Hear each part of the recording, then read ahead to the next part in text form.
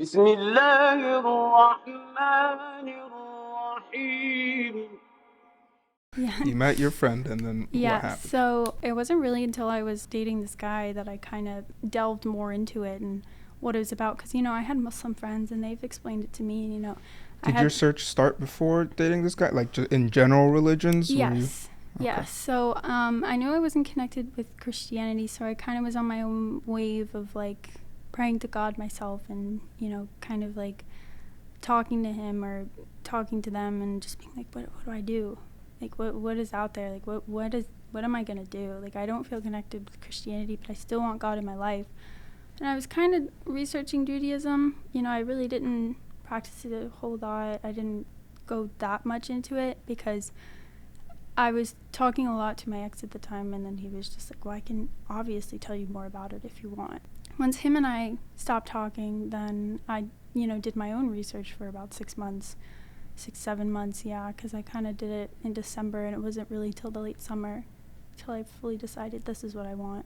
Do you think it was better for you that you guys took a break, that you guys ended up breaking up, for you to actually find Islam? Because a lot of women become Muslim due to spousal relationships, and many people question their sincerity and authenticity in finding the religion. I think both ways I would have became Muslim, but us being apart really made me sit down myself and be like, was I doing that for him or was I doing that for me? That's why I took those months to sit down and ask myself, is this something I want to do for the rest of my life? Like, is this something that I truly believe in, or was I just young and in love and just willing to do whatever, he said? And I think I would have made different decisions based on my faith, and it probably would have came a lot faster.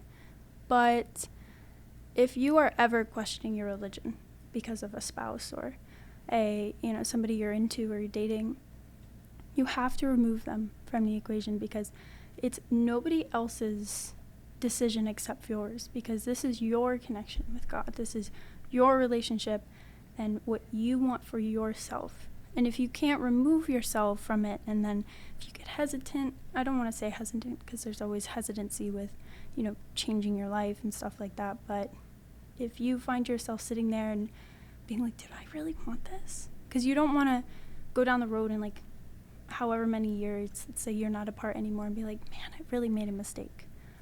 So I think, no, it wouldn't have changed. I think the timing it took me, but I'm really, really, really happy I took the time myself and decided, is this something that I truly want for me? Do you think you would have had the deep reflections that you were able to have as an individual, as someone in a relationship, if you were instead in a relationship? Personally, I think yes.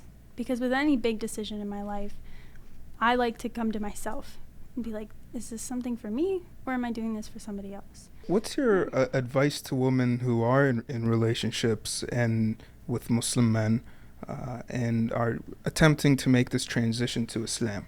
What would be your advice to them? I think that you need to ask yourself what you want. You can't, this isn't, I'm not going to say this isn't, but you shouldn't jump into something because you have a instant, like, connection. That's great and all, but it's really your choice, and it comes down to how you feel and your connection with the religion and how you feel your relationship with God and everything else, because you're not going to be praying with this person, you're not going to be practicing with this person all the time. So if you find yourself alone one day and you're like what do I do, like, what am I doing, then maybe that's not for you.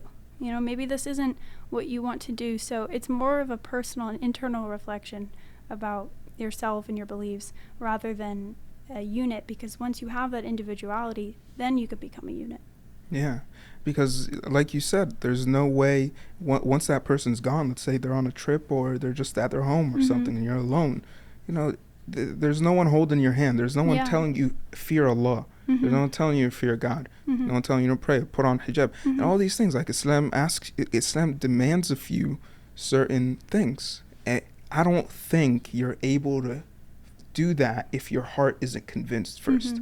You're not going to be able to pray 5 times a day for 25, 30 years if you're not actually convinced. And especially like if you're a woman or a man, but you can only get married to a non-Muslim as a man, right?